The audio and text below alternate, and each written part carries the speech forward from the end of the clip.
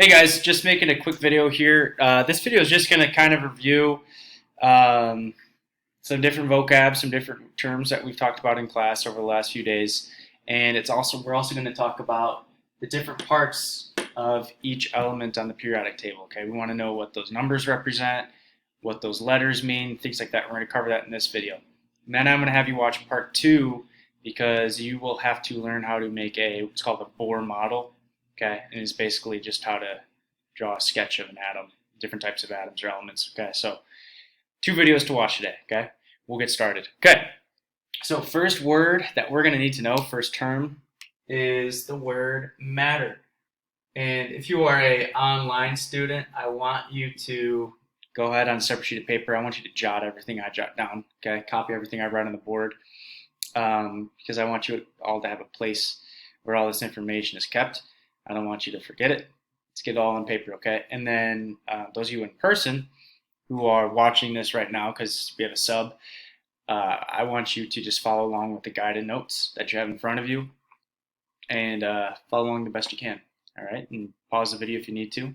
And yeah, let's go ahead and get started. Okay, so matter. We've talked about this word here and there. We've tossed it around a little bit.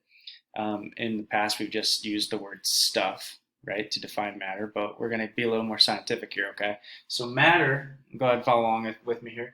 Matter is anything that has mass, anything that has mass. So remember, mass is, it's kind of like weight, not exactly the same as weight, but for our purposes, if it's easier to understand, sure, we'll go ahead and say mass is the same as weight.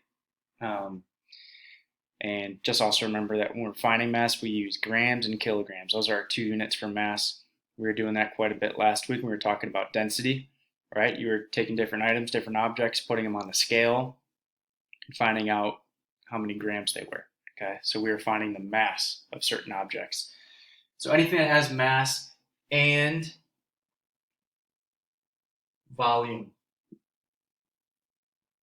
Okay, and if you remember volume, that's just how much space something takes up. All right, so this this router here, okay, takes up space. Actually, I guess this is a modem, not a router, but takes up space. Okay, it also has mass. Okay, has a weight to it. It has mass. All right, so if something has mass and has volume, takes up space, we're going to go ahead and say, yeah, that's considered matter. All right, and then if we wanted to just keep it simple, we could just say matter is stuff.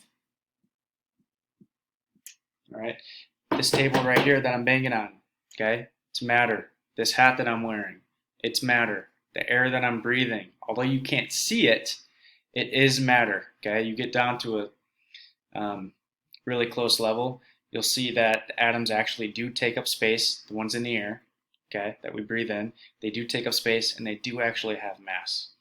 All right, it's crazy to think. You're like, man, air has weight. Yeah, air has weight, it has mass, and it takes up space. And you can see that. You blow up a balloon. What are you blowing into it? Air. What's happening to the balloon?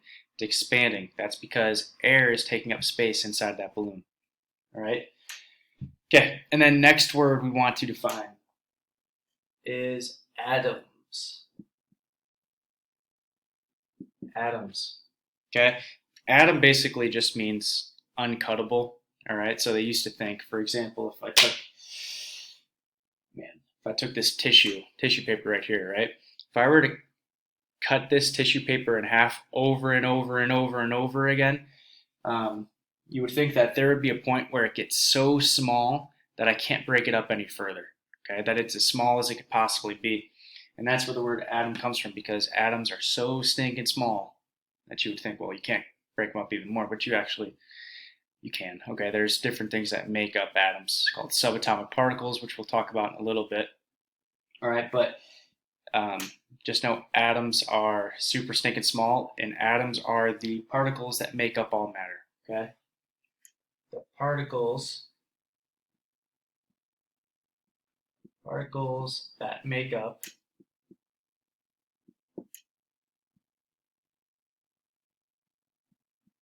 matter. And on your periodic tables, you'll see that we have 118 elements. Okay, and an element is just a specific type of atom. Not all atoms look the same. Not all atoms are made of the same. Well, I'm not going to go there, but not all atoms are the same. Okay, so there's 118 different ones, which is when you look at your periodic table, you're looking at different atoms or different elements. All right, we'll get more into that in the next video. So matter is just stuff, anything that has mass or takes up space, and then atoms are the particles that make up matter. Okay, this hat is made of atoms. The shirt that I'm wearing is made of atoms. My amazing beard, it's all made of atoms. All right, so I'm gonna go ahead and I'm just gonna get up here.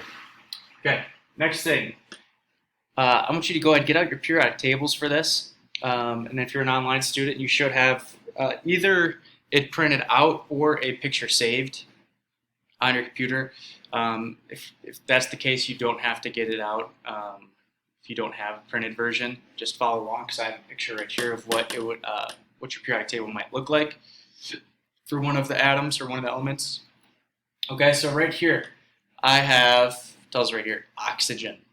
All right, and if you're looking through your periodic table, when you get to oxygen, the element oxygen, this is what that box is going to look like.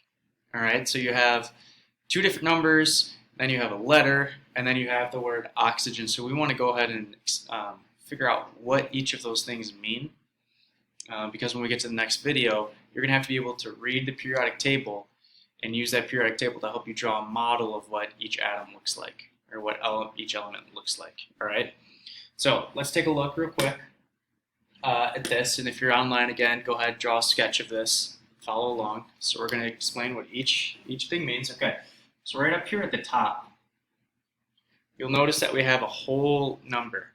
All right, so the whole numbers go from 1 to 118 on the periodic table. I'm not sure about the one I gave you guys. I think it goes up to like 114. But right now, just know that there are 118 elements. More are being discovered, more are being made, actually, in labs by scientists.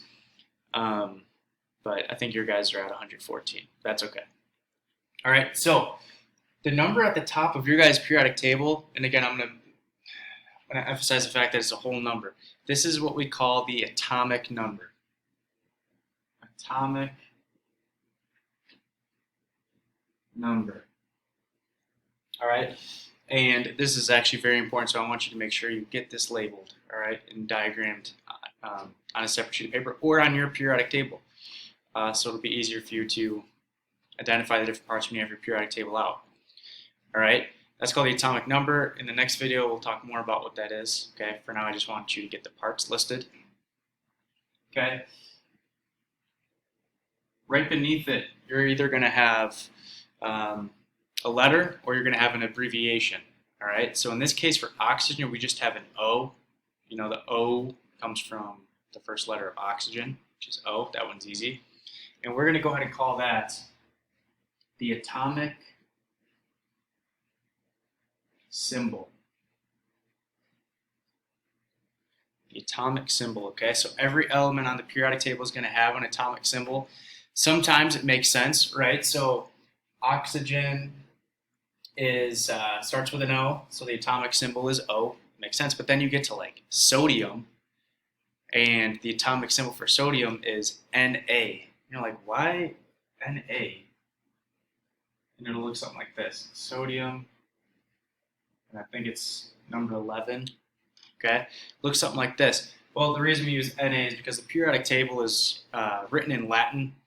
Okay, so the Na actually stands for natrium, which is Latin for sodium. All right, so just something to keep in mind if you're ever curious about why the atomic symbol sometimes doesn't match up with the element's name. It's because it's different languages. Okay, so that's the atomic symbol, and then right beneath the atomic symbol, you're going to just have the element. All right, in our case, this one is oxygen. All right, everyone's heard of oxygen. This is an important element, it's an important atom for us, right? We need it to live. And then the number on the bottom, it's usually written as a decimal. In fact, I think in every single one it's a decimal. It is the atomic mass, right? And you look even at oxygen right here, 15.9994, and then we see that that's its atomic mass. And you're like, oxygen is so light, it's in the air, it has a mass. Yeah, it has a mass. It's matter, so it has mass. All matter has mass. All right. And usually you'll have some wacky decimals. This one, like I said, 15.9994. What we'll usually do is just round to the nearest whole number. All right, so 15.99. We usually round the atomic mass to 16 for oxygen because we like whole numbers. All right, we don't like decimals.